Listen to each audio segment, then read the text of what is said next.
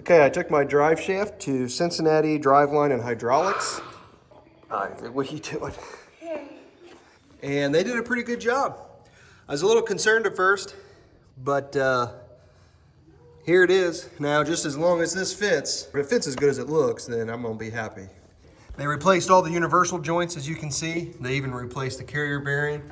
I had to get a new slip yoke with obviously a new universal joint there.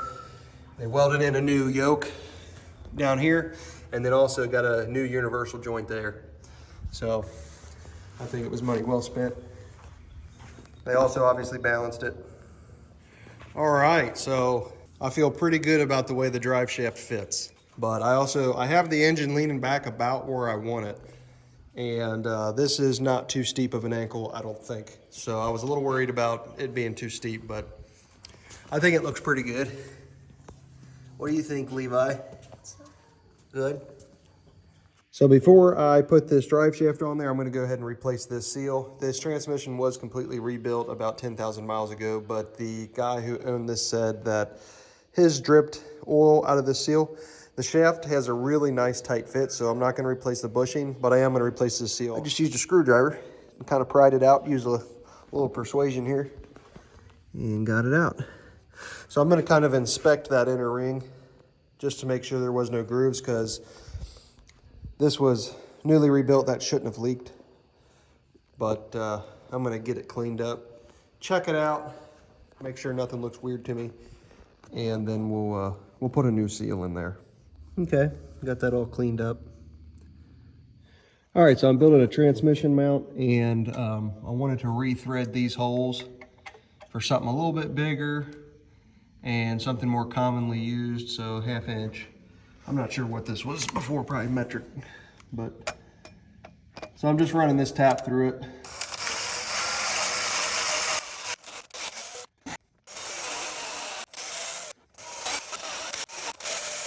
All right, that should be good. Let's see if these will thread up in there.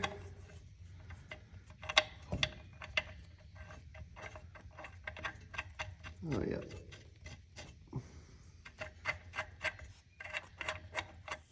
Okay, I'm making the transmission mount. This is about how high off of the cross member that I want the transmission to sit. Hopefully that's good enough. I could always shim it later or put big washers in there if I need it to be a little bit higher. So I'm just gonna use this block. I'm gonna go ahead and start drilling a few holes in there, and then we're gonna go set it, remark it, and then I need to drill and tap a center hole just to hold it up against that cross member. So that's the plan.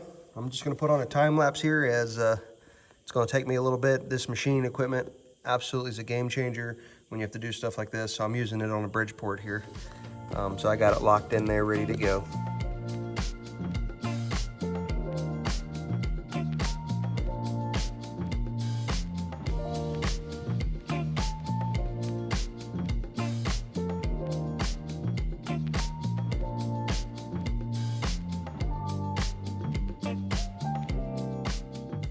All right, we finally got our new seal.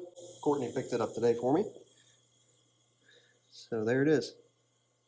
I'm gonna go ahead and see if I can get something round that I can tap this in there with and go from there. Okay, so I found a round pipe that I think is just long enough. So let's get started here. My hammer's laying underneath my tripod. There we go. Go ahead and give it a little tap. This pipe's like perfectly fit it.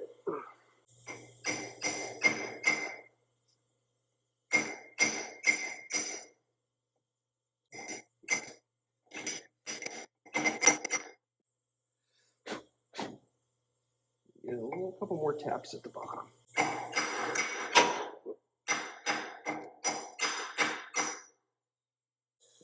Wasn't too bad. So I already tested the fit on the shaft. It's much tighter in there now on this seal. So we're going to go ahead and tidy up the cross support here with the bracket that I made, and then we'll be able to put this drive shaft in here finally.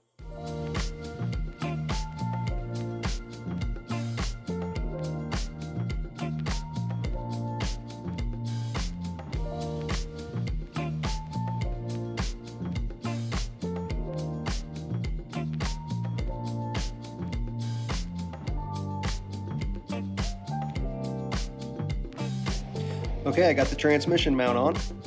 Now it's time to go ahead and put that drive shaft in. All right, I got the drive shaft in. I forgot to video it all. My boy Levi helped me. And got this up here connected. Got all that connected. Everything's looking pretty good. I feel pretty good about it.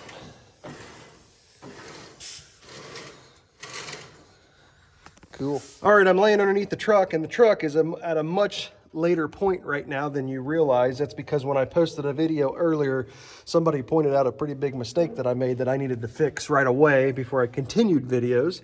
So I pulled the video off really quick. We only had like 100 views, and we're gonna correct it. And I should have known this. It was a really stupid mistake, but essentially, let me show you what I did here. It was a transmission mount. Basically, this is all I have for a transmission mount, which is a block of steel. So it's basically transmission, steel, steel, which is very bad. We had somebody comment and say that, hey, that's not the right way to do that.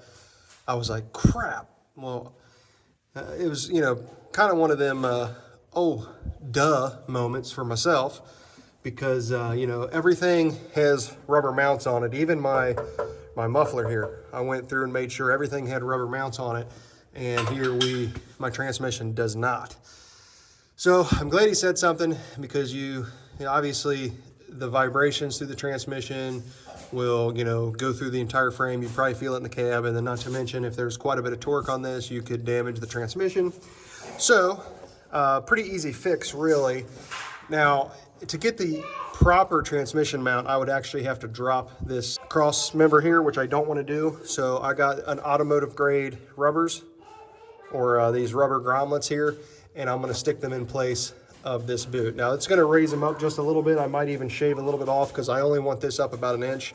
And I'm also gonna put a boot underneath, and that way if it moves, you know, it can move like this. Now, I've seen just on images on Google, people use stuff like this for transmission mounts. I wouldn't necessarily recommend it. Probably the right answer is to build a new cross member. But just for right now, making sure that my transmission remains safe, I'm gonna go ahead and throw these in there. But thanks to whoever made that comment. I'm not sure who it was, but we'll be reposting this in like a couple hours once I get this finished. All right, so I pulled the bolts out, jacked this up. This is simply just a 1 inch spacer here, just a block of steel. Stick these in there, just like so. There's that. And I'm gonna stick one down here at the bottom, put the bolt through that and see how that holds.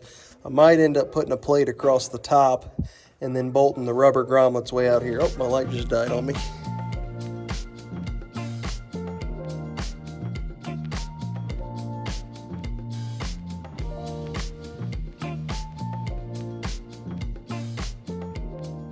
Okay, this is what I got. This is just kind of my quick fix before I get too far, and then I'll come up with something different a little bit later. So, but now I got some rubber on it, got some rubber up underneath, and I need bigger washers. That's the next thing I'm gonna do. I'm just gonna run them bolts back out, get some bigger washers that are actually 2 inch in diameter to take up that whole entire rubber grommet, because as of right now, with as tight as it is, it could rip through that boot. Now it is a pretty hard rubber, but I don't want to take chances of the transmission getting loose, but this will be something I'm checking periodically. It's the first time I've ever really kind of redone a vehicle or anything like that, or even built one. So it's a learning curve for me, but I do appreciate the comments people are making. It helps out quite a bit. Last update for now. I went ahead and put a plate in here. That way, when these started compressing, they would compress evenly.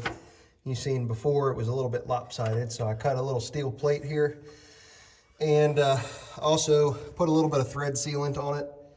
But you can see here, I got the rubber grommets down here and up there, up against the steel plate. So, all right, well, that's gonna be the transmission mount. This is basically the square body Chevy cross member for the transmission mount before, and it was up a space. There was pre-drilled holes, so I literally just moved this back and was able to set that transmission right on it. It's a little bit close up here, but I think it's plenty far away enough that it's not gonna hit. So there you have it.